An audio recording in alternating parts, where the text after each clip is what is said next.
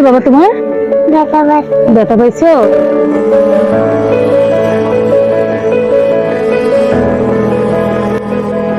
কি অবস্থা, কেমন আছো তুমি? আমি তো ভালো আছি। তো এতদিন পরে যে তোমার সাথে দেখা হবে সেটা তো আমি কখনো ভাবতেও পারি নাই। সেদিন তুমি আমাকে কি বলেছিলে, মনে আছে তোমার?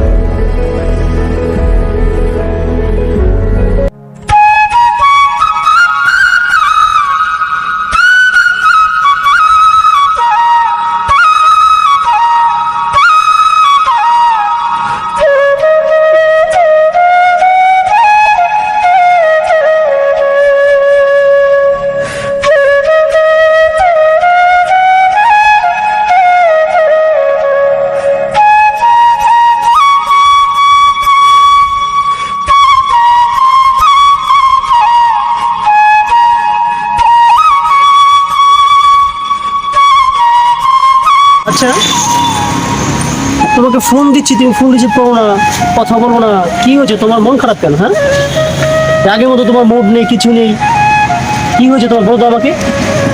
আমার মন খারাপ এই জন্যই যে আমার বাসা থেকে বিয়ে ঠিক করেছে, তাই আমার মন খারাপ। কি বলো এসব? এতদিন আমার সাথে যা করেছো সেটা কি টাইম পাস ছিল? দেখো, আমি কিছু জানি না, ঠিক আছে? আমার এখন যেতে হবে, আমি এখন আসি।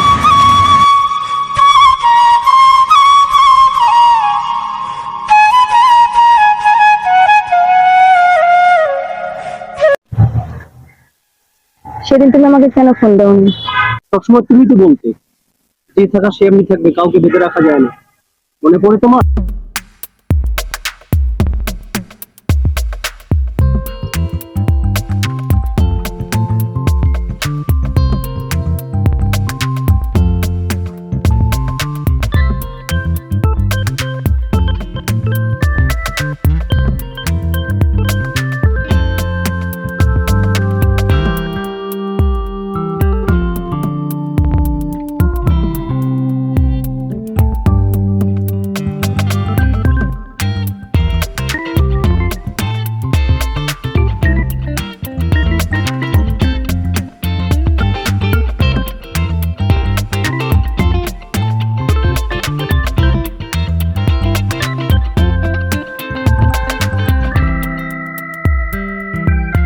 সেদিন আমার বলছিল তোমাকে কিছু না বলেই চলে গেছিলাম, কারণ আমার বাবা আমার বিয়ে ঠিক করেছিল এক শিল্পপতির সাথে।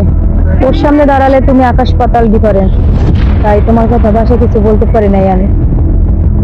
আচ্ছা, তোমার মনের ভেতরে আমি আজও আছি না? আমাকে ভুলে গেছো তুমি? না, তুমি আর এখন আর আমার মনের ভিতরে নেই, কারণ আমার ছেলে আছে, আমার হাজবেন্ড আছে, আমি এখন ওদেরকে নিয়ে আসছি। তুমি আর কোথা থেকে আসবে আমার মনের ভিতরে বলো?